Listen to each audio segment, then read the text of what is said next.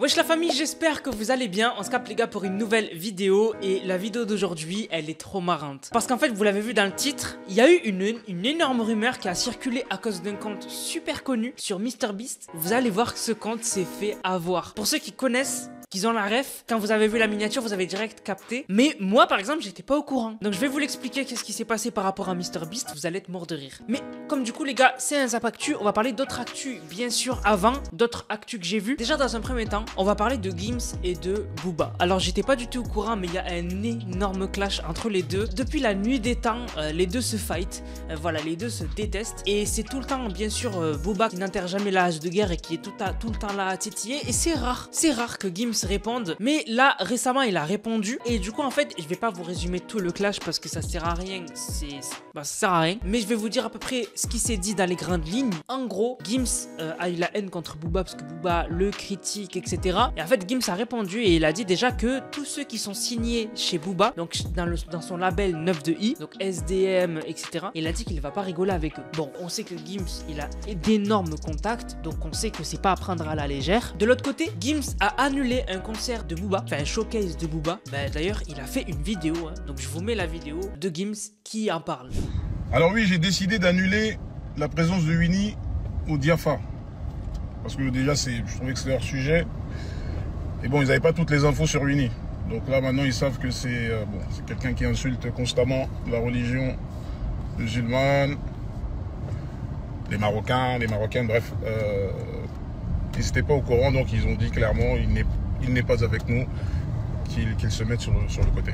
Voilà, donc vous l'avez vu, il a décidé d'annuler le concert parce que il a appuyé sur le fait que Booba, c'est vrai dans ses musiques souvent, en fait il respecte pas la religion, etc. Et aussi Gims a parlé des statistiques des streams que fait Booba, parce que Booba en fait il clash beaucoup de gens, mais en fait Gims fait beaucoup plus de streams que Booba. Gims il est à 10 millions d'auditeurs par mois, c'est plus que Nino en France ou Jul. Booba il est vers les 3 millions, Jul il est vers les 6-7 millions ou 8 millions d'auditeurs par mois, Nino il est à 6 millions et en fait Gims il est à 10 millions. C'est pour vous dire à quel point Gims a des classiques quoi. Surtout qu'il a fait de la variété Gims, alors que Booba c'est 100% rap, sauf quelques-uns, voilà, sauf quelques sons. Et en fait du coup voilà, ils se sont clashés par rapport à ça. Et bien sûr lui, Booba a critiqué la femme de Gims, il a mis des photos où elle avait un bide, etc.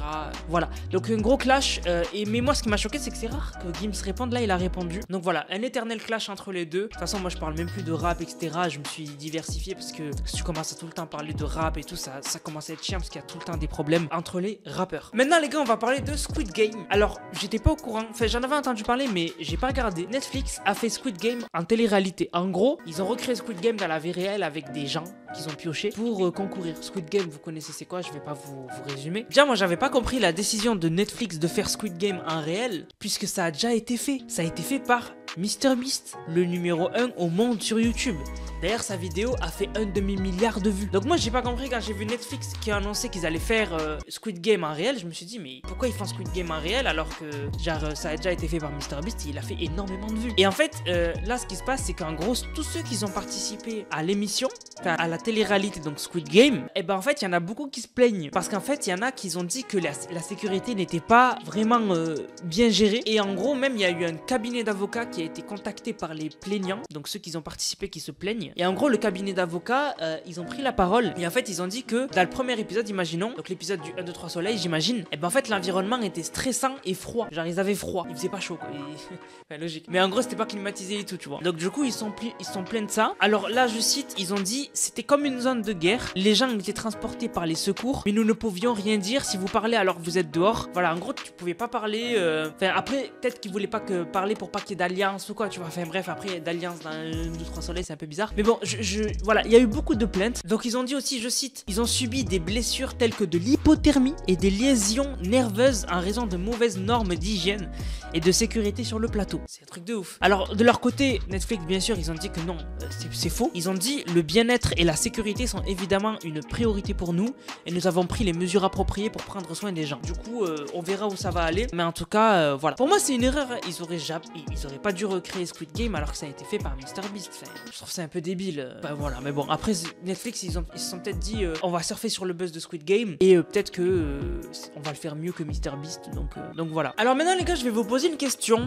Est-ce que vous êtes pour ou contre les intelligences artificielles? Alors parce que moi je sais qu'il y en a beaucoup qui sont contre, surtout ceux à qui ça touche le métier. Par exemple, quand Midjourney est arrivé, donc Midjourney qui vous permet de générer n'importe quelle image, bah en fait les graphistes étaient dégoûtés, ils disaient que les IA ne doivent pas exister, c'est n'importe quoi, etc. Et moi je vois de plus en plus de gens utiliser les IA et ne plus faire appel à des graphistes. Alors certes, les images faites par IA, on les crame direct, mais elles sont belles. Et en vrai, moi vraiment, je connais des youtubeurs qui ne font plus appel à des designers pour leur miniature YouTube, ils font que avec de l'intelligence artificielle. Vraiment. Et du coup, est-ce que vous êtes contre ou pour? Moi perso, je suis pour parce que ça va aider énormément. Et en fait, c'est comme tout. Il va y avoir une adaptation. Genre par exemple, quand on a entendu parler des robots pour l'industrie, on se disait ouais mais attends, les tâches répétitives, ben ce sera des robots et tout. Mais pourtant, il y a toujours caissier. Le métier de caissier, bon certes, le métier de caissier, il va disparaître, hein, ça c'est sûr et certain. Mais il y a encore aujourd'hui, il y a encore des caissiers. Il y en a moins, parce qu'il y a les caisses automatiques et tout. Mais il y a le métier de caissier encore. Donc c'est une adaptation. Et en plus, les graphistes, je pense vraiment que si t'es bon en graphisme, il y aura des choses que les IA ne pourront pas faire, que tu pourras faire. Voilà, bref.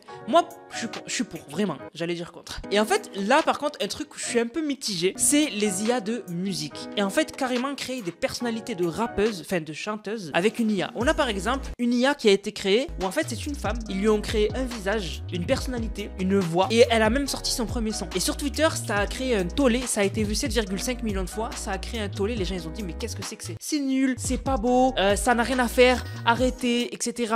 Je vous mets un extrait, parce que je pense pas que c'est copyright, je vous mets un extrait, cette femme n'existe pas, hein. C'est un robot, hein. Et la voix n'existe pas, elle est créée de A à Z, et les paroles aussi. Je vous mets un extrait, dites-moi ce que vous en pensez sincèrement. Sitting at my favorite cafe, sipping my tea, it's Saturday, thinking about all he's done to everyone.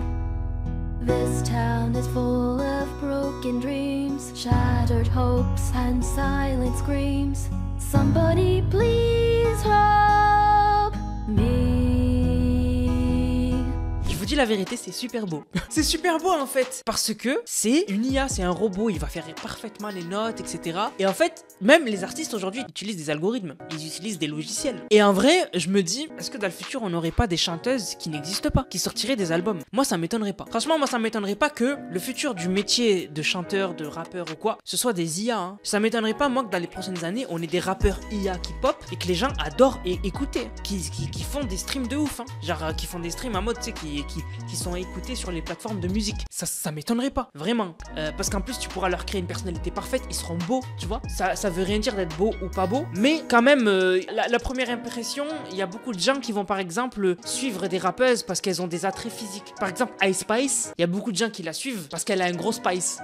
Voilà, c'est pas parce que, certes, il y en a qui aiment son rap et tout, mais bon, allez, ouais, soyons honnêtes. Je suis sûr que au moins 40% de ceux qui la suivent parce qu'elle a un gros spice. Ils regardent que les clips. Donc voilà, on verra, mais ça a créé un tollé. Moi, franchement, je suis pas contre, mais bon, c'est vrai que c'est bizarre. Bon, maintenant, les gars, on va parler de l'affaire de MrBeast. Vous allez être morts de rire. Alors, en fait, il y a une rumeur qui commence à circuler. Bon, pour ceux qui sont pas au courant, MrBeast, il a sorti une vidéo récemment. En fait, il a passé 7 jours enterré vivant. Voilà, bon, c'est un taré. Hein. Et en fait, la vidéo a fait énormément de vues et tout.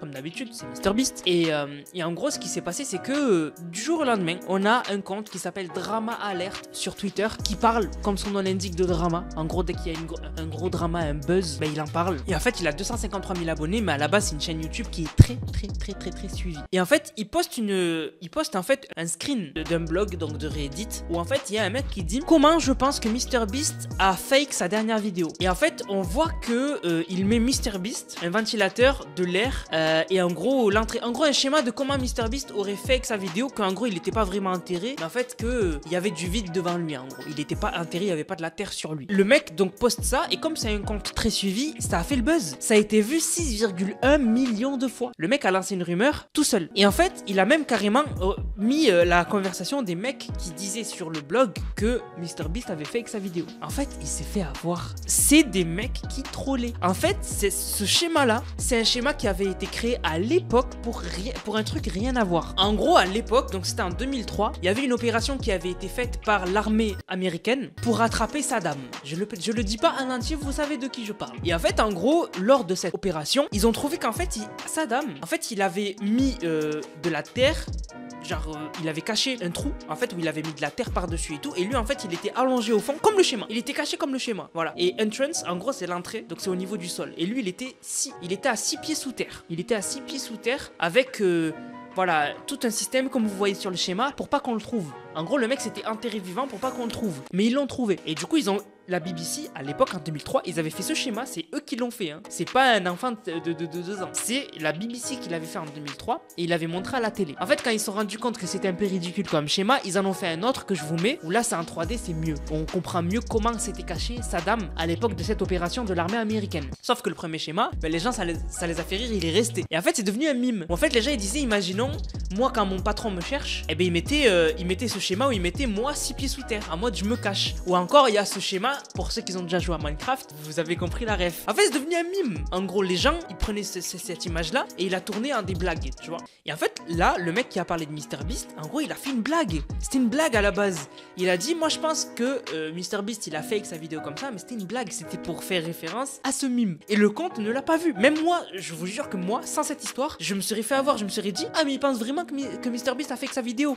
Parce que je ne connaissais pas cette référence. Vraiment. Et du coup, quand j'ai vu qu'il s'était trompé, ça m'a fait rire. Et je voulais vous en parler. Parce que le mec n'a même pas supprimé son tweet. Alors, bien sûr, sur Twitter, il a été corrigé par l'annotation. Où en gros, l'annotation dit que, bah, en fait, c'est une blague. C'est pas vrai le post de base. Mais il a pas supprimé son tweet, mais c'est marrant. Voilà, c'est marrant. Donc, bien sûr, MrBeast n'a pas fake sa vidéo. Et le mec qui a dit qu'il a fake, c'est une blague en fait. Tout simplement. Voilà. Bref, du coup, la famille, j'espère que la vidéo vous a plu. Si c'est le cas, n'hésitez surtout pas. Likez, commentez, partagez. On se capte, les gars, pour une prochaine vidéo. C'était Nanas, pour le soin de vous. Bang, bang, bang.